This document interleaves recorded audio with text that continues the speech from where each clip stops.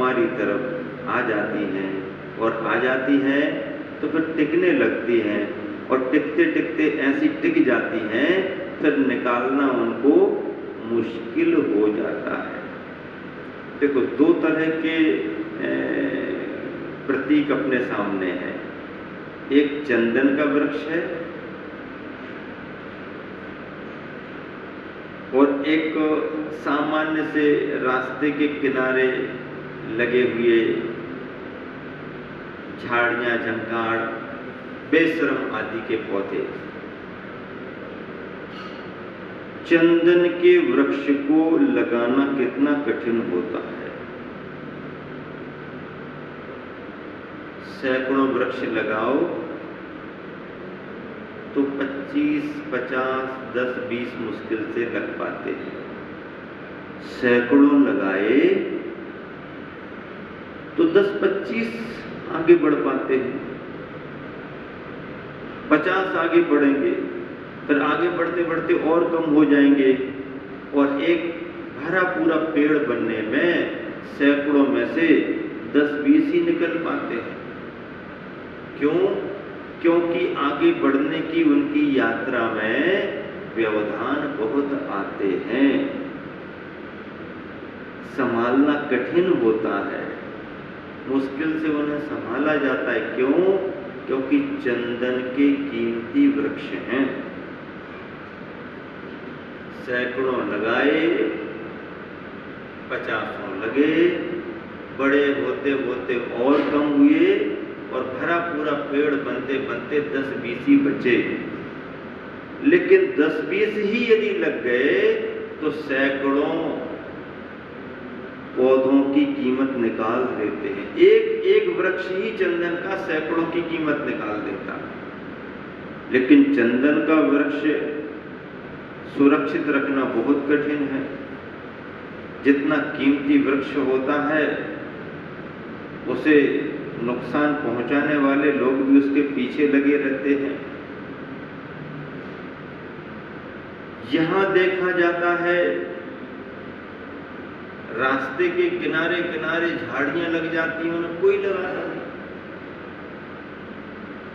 गर्मी के दिनों में भी हरी भरी बनी रहती है। बिहार करते करते हम लोग देखते हैं किनारे किनारे लंबी लाइन लगी है, दूर दूर तक हरा भरा हरा भरा। भैया ये क्या है? इतनी गर्मी में सब तरफ सूख रहा है और ये हरा भरा हरा भरा हरा भरा क्या है? अरे महाराज जी, ये बेशरम की झाड़ियां हैं। क्या? बेशरम की झाड़ियां हैं। अरे बेशरम की झाड़ियां गर्मी में भी इतनी हरी भरी? हाँ महाराज जी, इनकी प्रकृति ही होती है। जब लोग परेशान होते हैं तो ये हरे भरे होते हैं, प्रसन्न होते हैं। अच्छा, जब लोग परेशान होते हैं तो ये हरे भरे प्रसन्न होते हैं? हाँ, दूसरों की परेशानी देख करके जो प्रसन्न होते हैं उन्हीं को बेशरम कहा जाता है। क्या कहा जाता है? बेशरम है, इनको तो शर्म भी नहीं आती। दूसरों की तकलीफ देख करके प्रसन्न हो रहे हैं, तो हरे भरे बने रहते हैं। और इनके बारे में कहा जाता है कि इनकी प्रकृति ऐसी है कि इनको लगाने की जरूरत नहीं पड़ती, इनका बीज लगाया नहीं जाता, ये तो अपने आप उगने लगते हैं। और एक बार उगना शुरू हो जाए तो फिर बढ़ते जाते वहीं के बीज वहीं गिरते जाते, फिर अगले बरस फिर परंपरा चलती रहती है, समाप्ति ही नहीं होती। और ऐसे बढ़ते हैं, ऐसे फैल जाते हैं। गर्मी के दिनों में जब सब तरफ सूखा सूखा दिखने लगता है, ये बेशरम की झाड़ियां हरी भरी बनी रहती हैं। अच्छा, बात सही है, इनका नाम भी सही है, क्योंकि जो बिना श्रम की आती हैं, बिना श्रम के आते हैं, उनको बेशरम ही कहा जाता है। इनको मेहनत नहीं करना पड़ती। चंदन का वृक्ष लगाने में मेहनत करना पड़ती है, श्रम करना पड़ता है, उनकी सुरक्षा करना पड़ती है, उन्हें बहुत जतन से संभालना पड़ता है, उसमें श्रम है। इन झाड़ियों में श्रम नहीं है, ये अपने अपने आप लगती हैं, और जब लगती हैं तो फैलती हैं, फैलती जाती हैं, बिना श्रम के आती हैं, इसलिए इनको बेशरम कहा जाता है। अच्छाइयाँ चंदन के वृक्ष की तरह हैं और बुराइयाँ बेशरम की झाड़ियों की तरह हैं।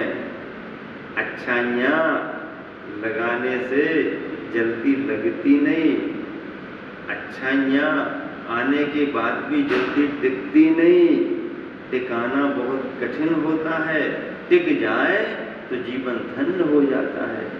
और बुराइयाँ क्रोध है, मान है, माया है, लोभ है, अज्ञान है, अहंकार है, कसाई के भाव, द्वेष है, दंभ है, मात्सरी है, ये सभी क्या है? ये सब बुराइयां हैं। अरे एक बुराई ही जीवन को बर्बाद कर देती है, तो फिर सैकड़ों बुराइयां किसी व्यक्ति से लग जाएं तो फिर तो कहना ही क्या। बेशरम है, बुराइयां बेशरम की झाड़ियों की तरह हैं, लगाने की जरूरत नहीं है, एक बार लग जाएं तो हरी भरी हमेशा बनी रहती हैं। अच्छाइयाँ अपने जीवन में आना चाहिए। अच्छाइयों को पाने के लिए हमें सतर्क और सजग रहने की जरूरत पड़ती है। सत्संगति से अच्छाइयाँ मिलती हैं। गुरुओं से बड़ी संगति और कोई दूसरी नहीं मानी गई है। अच्छा वातावरण मिले, अच्छे लोगों का सानिध्य मिले, अच्छी मित्र मंडली मिले, अच्छी चर्चा करने वाले लोग मिलें, अच्छी सलाह देने वाले लोग मिलें, दुर्लभता से। बड़े बड़े राजा अपने दरबार में मंत्रियों को रखते थे। मंत्री ज्ञानी होते थे, सलाह देने वाले होते थे। राजा यदि भावावेश में आकर के कोई काम करना शुरू कर दे तो मंत्री अपने विनम्रता से राजा को रोकते थे। राजा ने योग्य नहीं है, ये अनीति मानी जाएगी। गुरु होते थे, गुरुओं के निर्देश लिए जाते थे। ऐसे ही तो राजाओं के राज्य में ये सभी अच्छा चलता तो राम राज्य बन जाता, और यदि अच्छा नहीं चले, मंत्रियों की ना सुने, गुरुओं की ना सुने, तो फिर राक्षस राज्य हो जाता, रावण राज्य हो जाता। अब रावण को सलाह दे रहे, कोई सुनने को तैयार नहीं, मानने को ही तैयार नहीं।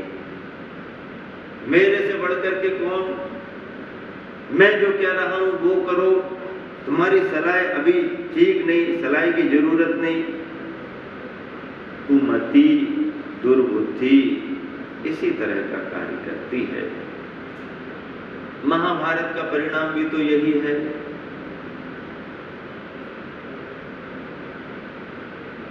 धृतराष्ट्र अंधे हो गए, आंखों से तो अंधे थे ही, लेकिन अपने बेटे के मोह में और ज्यादा अंधे हो गए। अब दुर्योधन सही कर रहा है कि गलत कर रहा है, यह समझते हुए भी चुपचाप बैठे हैं। गृहिणी गांधारी समझा सकती थी, सो आंख वाली होकर के भी उसने भी पट्टी बांध ली। अब बताओ, आंख वाली होकर के पट्टी बांध के बैठ जाए तो फिर कौन समझाएगा।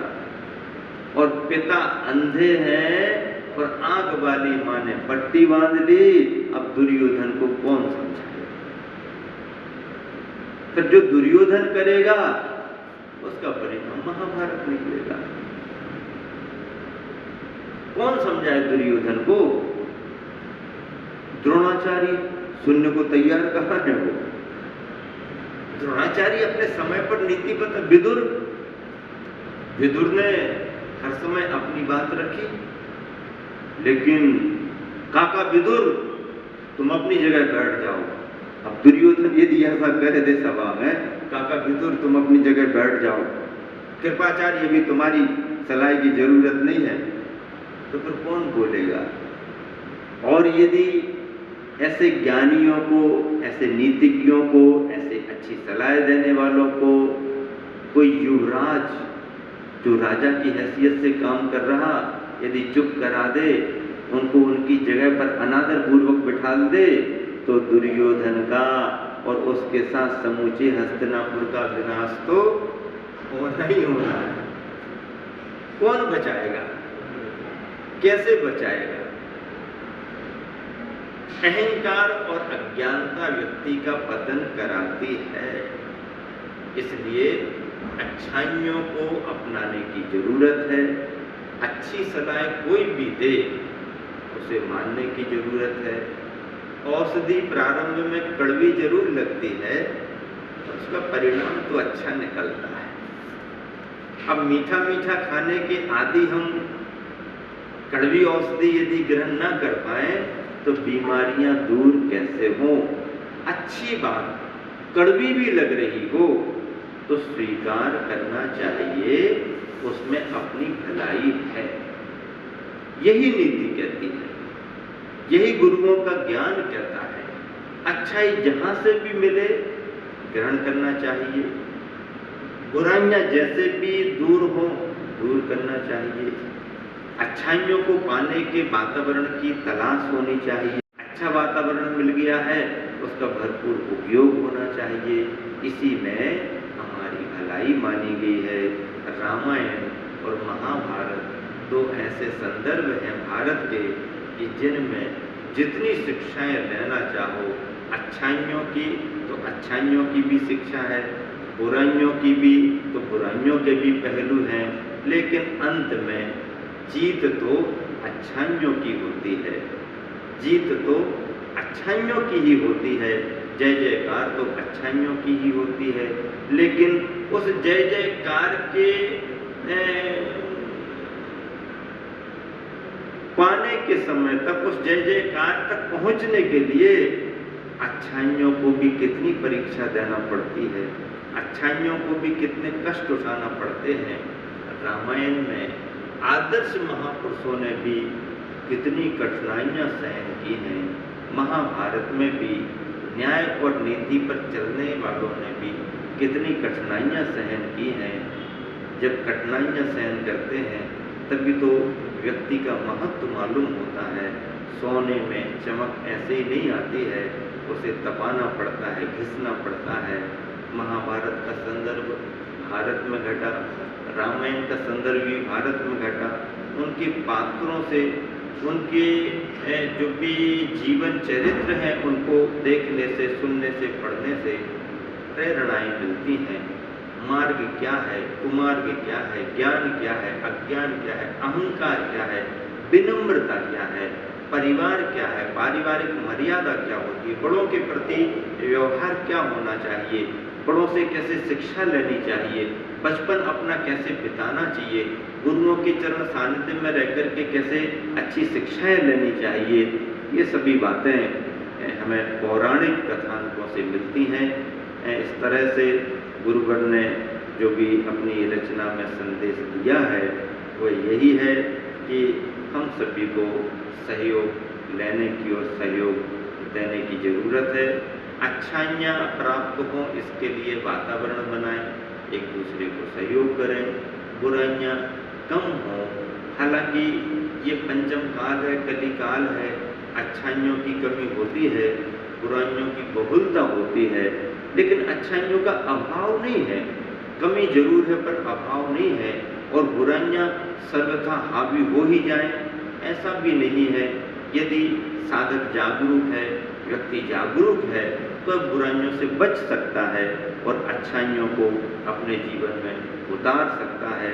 इसी शुभ भावना के साथ समय को देख करके विराम दे रहा हूँ। महावीर भगवान, पंच परमेश्वर भगवान की जय, अहिंसा परमो धर्म की जय, गुरुवर आचार्य श्री विद्यासागर जी महाराज की जय, परम पुण्यासी समता सागर जी महाराज की जय।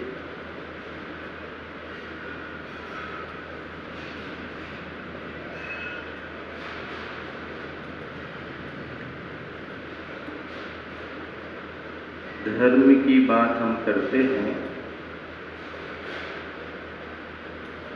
लेकिन कई बार ऐसा होता है कि हम धर्म की आत्मा को नहीं पकड़ पाते। धर्म एक भावना है, जो भावना आत्मिक परिणाम से जुड़ी होती है। उस भावना के अनुसार धार्मिक प्रवृत्ति बनती है, जिसे हम धर्माचरण कहते हैं। धर्माचरण का संबंध भावना से जुड़ा हुआ होना चाहिए और भावना की अभिव्यक्ति धर्माचरण से ही होती है। कभी कभी ऐसा देखने में भी आता है कि व्यक्ति यदि सावधान नहीं है और धर्म के हृदय को यदि नहीं छू पाया तो प्रवृत्ति तो बनी रहती है, आचरण और क्रियाएं तो चलती रहती हैं, लेकिन अंदर का भावना का तत्व विलुप्त दिखाई देता है। भावना का तत्व विलुप्त ना हो और क्रियाओं में भावना से समीचीनता बनी रहे, यही धर्म का मार्ग है।